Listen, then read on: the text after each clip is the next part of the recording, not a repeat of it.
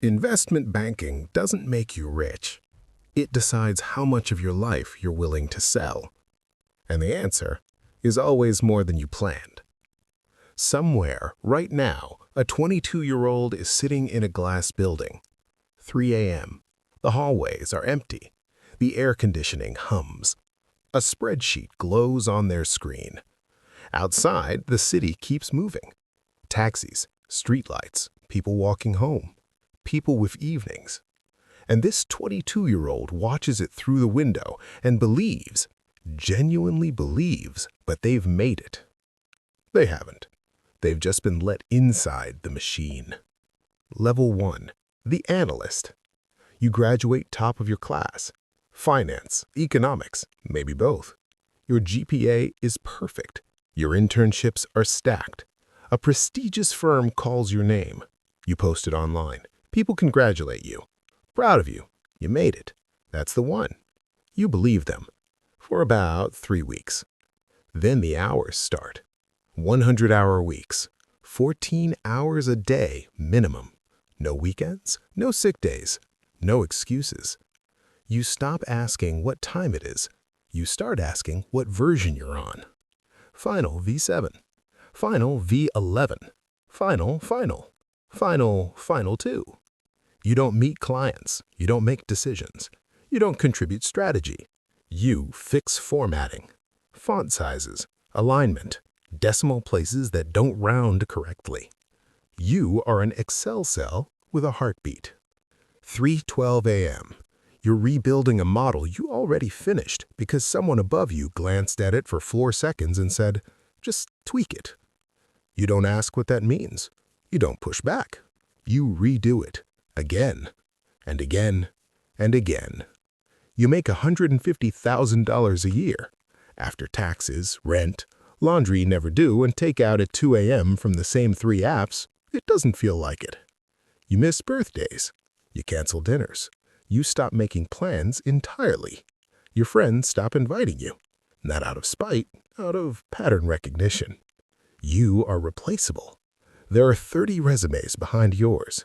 And you learn the first rule, the one nobody writes in the job description. The work doesn't matter. The accuracy does. 1 wrong number, 1 decimal in the wrong column, and you ruin someone's morning. 1 perfect deck, built at 4 a.m., submitted at 6, earns you a nod across a conference room. And in this world, a nod is the only thing keeping you employed. You survived 2 years. That alone eliminates half your class. Some burned out. Some quit. Some just disappeared. You're still here, and that means something. You're no longer building everything from scratch. Now you check it. You review models line by line. You catch mistakes before they travel upward, because mistakes travel fast, but credit travels slow. You start noticing patterns. Which managing directors want conservative projections? Which ones want aggressive growth? Same company, different story, completely different numbers. You adjust, not to reality, to expectation. You manage analysts now. You send comments at 1:47 a.m. Fix this, rerun this, check page 12. They respond in minutes because they're you 2 years ago. Your phone never stops. Emails, Slack, calendar invites for calls at midnight, comments on slides you haven't opened yet. You wake up to 40 messages. You go to sleep with 60 more. Somewhere in the middle of it all, you realize something. The numbers don't need to be correct. They need to be believable. And that's when it changes. You stop asking, is this right? You start asking, does this sell? You're becoming useful. And in this business, useful is the only thing that keeps you from being replaced. You stop doing the work. You start assigning it. You decide who stays late, who cancels their weekend, who gets buried under 3 simultaneous deals. 2 clients, same deadline. You choose which one survives. You are the bottleneck now. Everything flows through you. You sit between pressure and execution. Above you, urgency. Below you, exhaustion. You translate both directions. You earned $400,000 a year, base, bonus, sometimes more. But the money feels different now. Not like a reward, like insurance. Like someone handing you padding before a fall. You start getting copied on emails you weren't meant to see. Client concerns that never made it to the deck. Internal doubts dressed up as strategy. Decisions that were already made presented as questions. You notice what gets said and what gets quietly removed before forwarding. The real money isn't at the bottom. It's not even at the top. It's in the middle, where information passes before it becomes decision. You stop chasing work. Work comes to you. You're in meetings now, not to present, to observe. You meet clients face to face. You listen, not to what they say, to what they want. Growth, exit, control, sometimes revenge. You don't analyze companies anymore. You manage perception. A company isn't worth what it is. It's worth what someone will pay. You help decide that number. You schedule private meetings, hotels, closed doors, no assistants in the room, no recordings. You speak less. You watch more. You notice hesitation, ego, fear. That's where leverage is. You become the person people call before problems become public, before lawyers, before headlines, before anyone has to explain anything. You don't fix issues, you make them disappear. And something becomes very clear. Courtrooms are for amateurs. Real power works in private. You don't work deals, you originate them. Your phone doesn't ring randomly. Every call has a purpose. Every meeting has weight. Every name in your contact list means something. You decide who gets access. A founder has been waiting 3 days for your reply. You don't respond. The deal dies. No announcement, no explanation, just silence. You stop billing hours. You negotiate equity. 1%, 2%, tiny numbers, on very large outcomes. You get in early, before announcements, before policy shifts, before anyone else knows it matters. You sit in rooms where one sentence moves millions. You've built a network, not contacts, dependencies. People who need you to reach each other. People who can't get to the table without you. But something changes here. Quietly. You know too much. Who's overleveraged? Who's exposed? Who's pretending to be fine? You hold information that could collapse deals, or careers, or both.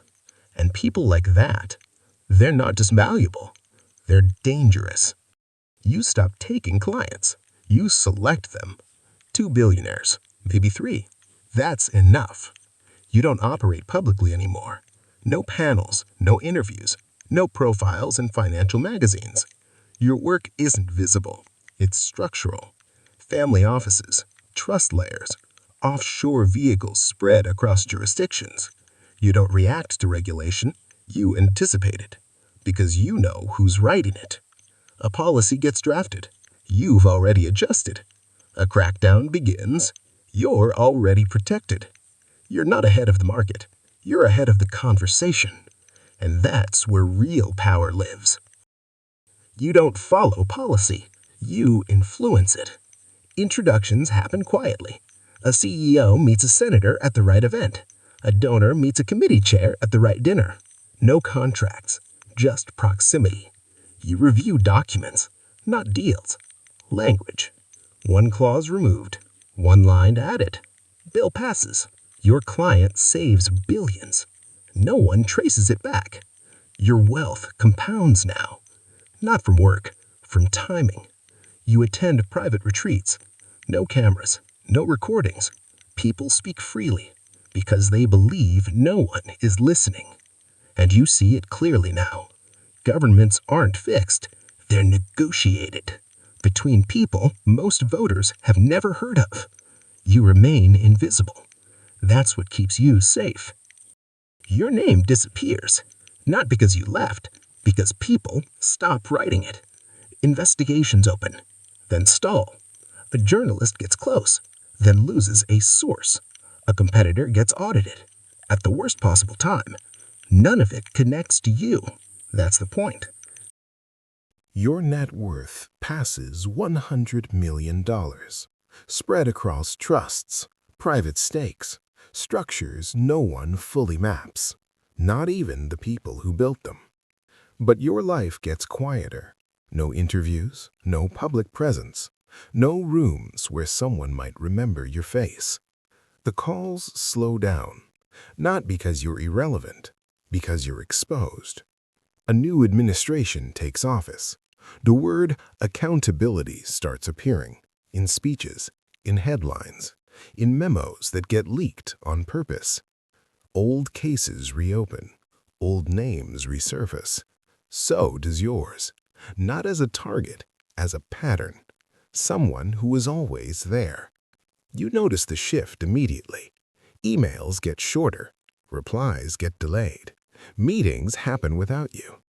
People you protected for years, they're creating distance now, because distance protects them from you. You understand the system better than anyone. When pressure builds, something gets sacrificed, and it is never, never the people at the top. It's the ones closest to them. The phone stops ringing completely. New people take your place, younger, hungrier, less known. You still have the money, carefully moved, carefully structured, spread across names that don't lead back to yours. But the access is gone, and access was always the real currency. You step back, no conferences, no deals, no decisions, just distance. You think about it sometimes.